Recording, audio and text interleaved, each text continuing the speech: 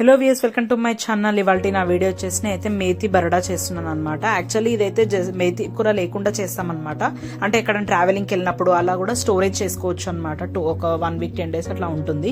So కాకపోతే ఇది మనం 2 to 3 డేస్ తినేయచ్చు ఇంట్లోనే, కాబట్టి నేను మేతితో చేస్తున్నాను అనమాట. ముందుగా మేతిని కట్ చేసుకొని నీట్గా కట్ చేసుకొని పక్కన పెట్టేసుకోండి. ఇంకో ప్యాన్ తీసుకొని కొద్దిగా ఆయిల్ వేసి ఆవాలు, జీలకర్ర, మినపప్పు, ఇంకా ఆనియన్స్ కూడా వేసి బాగా ఫ్రై అయిన తర్వాత అందులో మేతి కూర, పెద్ద మెంతం కూర కట్ట ఉంటుంది కదా, అది నేను 2 కట్టలు తీసుకున్నాను అనమాట. అది కట్ చేసి వేసుకొని బాగా ఫ్రై చేశాను అనమాట. ఫ్రై అయిన తర్వాత అందులోనే ఉప్పు, కారం, ధనియాల పొడి కొద్దిగా వేసిన తర్వాత అది బాగా మిక్స్ చేసిన తర్వాత ఒక ½ గ్లాస్ ఆఫ్ వాటర్ వేసిన తర్వాత ఏం చేయండి అంటే కొంచెం కన్సిస్టెన్సీని చూస్తూ మనం శనగపిండిని యాడ్ చేస్తూ ఉండండి. మధ్య మధ్యలో అది ఎలా రావాలంటే చాలా పొడి పొడిగా రావాలన్నమాట. అంటే మనం చపాతీకి కానీ రైస్కి కానీ తినేయచ్చు, టేస్ట్ బాగుంటుంది. సో అది ముద్దగా వచ్చినా కూడా ఏం కంగారు పడకుండా ఇంకొంచెం బేసన్ కూడా యాడ్ చేసి మళ్ళీ మిక్స్ చేయండి.